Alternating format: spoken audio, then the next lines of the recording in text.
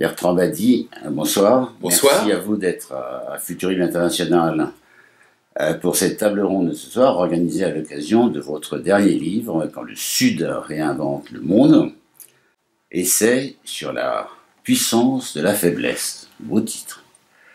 Ce livre s'inscrit dans une suite assez logique et démarre par un constat assez alarmant sur le système international, montrant en substance que les puissants d'hier ont très mal travaillé et laissé les relations internationales dans un état non seulement piteux, mais inquiétant. Oui, en fait, il y a eu deux moments forts qui expliquent probablement toutes les difficultés, ou une bonne partie des difficultés auxquelles nous sommes aujourd'hui confrontés. Le premier moment fort, c'est quand le système international inventé par les Européens, premier système international de l'histoire, quand ce système a été inventé, en gros au XVIIe siècle, avec la fameuse paix de Westphalie en 1648, il a cherché à s'universaliser. Et en sortant de l'Europe, il a rencontré toute une série de tensions, de réticences, de résistance, et qui ont souvent été résolues par la force et par l'installation d'un système international hiérarchique, où les anciens de Westphalie étaient en haut et les autres en position de dominer. Ça a créé une dynamique dont nous sommes encore aujourd'hui les héritiers. Et maintenant, je dirais que la deuxième tension que nous avons à vivre et dont probablement nous payons cher les effets, c'est, je dirais, une sorte de cécité. C'est-à-dire les princes de notre vieux monde, de ce club des vieilles puissances, ne veulent pas voir à quel point le système international a changé, s'est modifié, s'est transformé, sous le coup de plusieurs facteurs. Une décolonisation qui a été mal opérée, une bipolarité dont la disparition n'a jamais été véritablement pensée ni gérée, et puis la fameuse mondialisation, dont on parle tout le temps et qu'on sait mal définir, mais qui fait que désormais, ce vieux système westphalien issu de la Renaissance européenne ne peut plus fonctionner. Alors non seulement il ne peut plus fonctionner, mais on refuse de voir qu'il ne peut plus fonctionner. Mais il ne fonctionne plus à l'intérieur des frontières, pour autant qu'il y a encore des frontières, et il fonctionne encore moins au niveau multilatéral.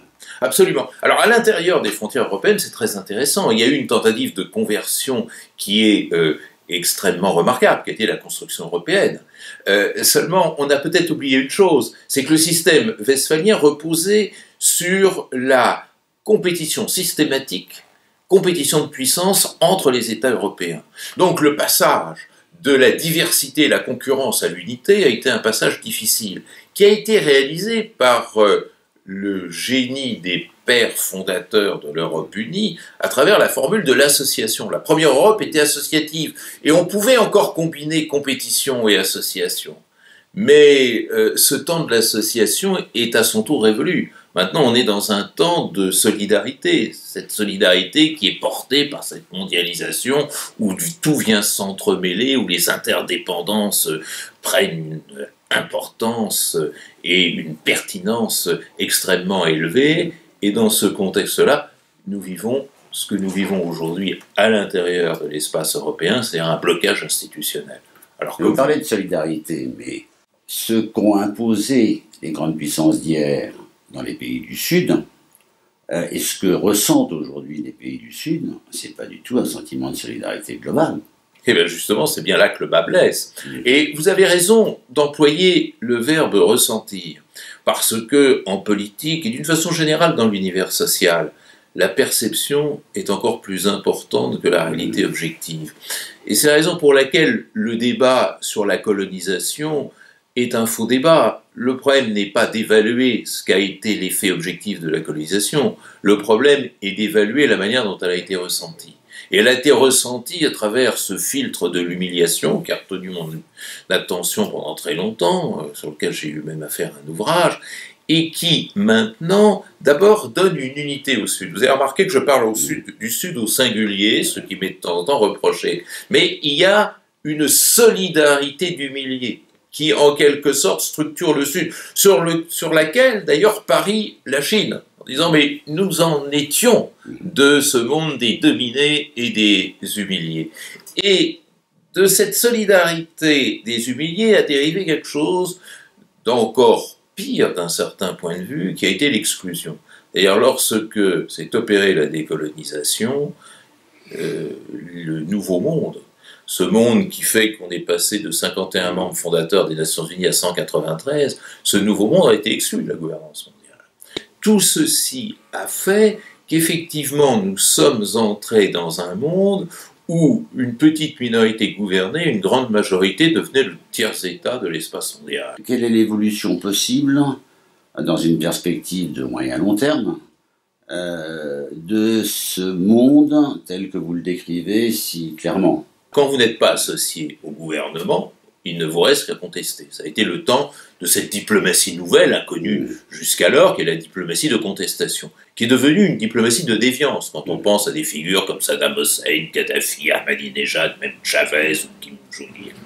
Et maintenant, on est entré dans un troisième stade, qui est un stade de recomposition. Et c'est ça qui, à mon avis, hypothèque l'avenir. C'est-à-dire que l'essentiel de la dynamique internationale est maintenant positionnée au Sud. C'est au Sud que l'on trouve les principaux conflits qui déterminent le sort de notre planète. C'est au Sud que la sécurité humaine est le plus attaquée. C'est au Sud que les catastrophes écologiques sont les plus spectaculaires. C'est au Sud que la pression démographique est la plus forte. C'est au Sud que l'événement qui fait la chronique internationale se forge. Il y a une question terrible que je pose souvent à mon auditoire. Qui de George W. Bush ou de Ben Laden a le plus marqué le début du millénaire, le plus forgé, structuré? Je constate la manière dont l'histoire se fait. L'histoire ne se fait plus au Nord. Le Nord est réactif, le Sud est proactif. Et ça, c'est une révolution considérable dans l'histoire de l'humanité. Quel monde nous prépare le Sud? Il y a deux options. Il y a une option de douleur et de souffrance, et il y a une option de raison.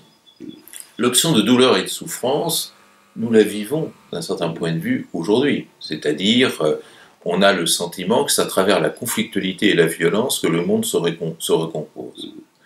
Et il suffit de regarder la chronique internationale. Il y a une option de raison, sur laquelle je ne désespère pas, qui est que la force de ces mutations tend peu à peu à convaincre les uns les autres, notamment au Nord, qu'il est plus utile et plus économique de repenser le monde à partir d'une gouvernance globale où chacun serait associé. On a envie d'en savoir plus sur cette gouvernance globale. Bon, on sait déjà beaucoup de choses, on l'oublie. Si vous pouvez prendre l'avion, si vous pouvez téléphoner, si vous pouvez communiquer, surfer sur Internet, si vous pouvez consommer, c'est grâce à un début de gouvernance globale. Mais il y a mieux, il y a mieux. Et il y a mieux au bénéfice du Sud. Si certaines maladies ont été éradiquées d'Afrique, c'est grâce à la gouvernance globale. Si le nombre des affamés, qui est scandaleusement élevé, 825 millions à peu près, n'a pas varié depuis 50 ans alors que la population mondiale a doublé, c'est grâce à la gouvernance globale. Le tout, c'est de savoir l'élargir à un certain nombre de domaines.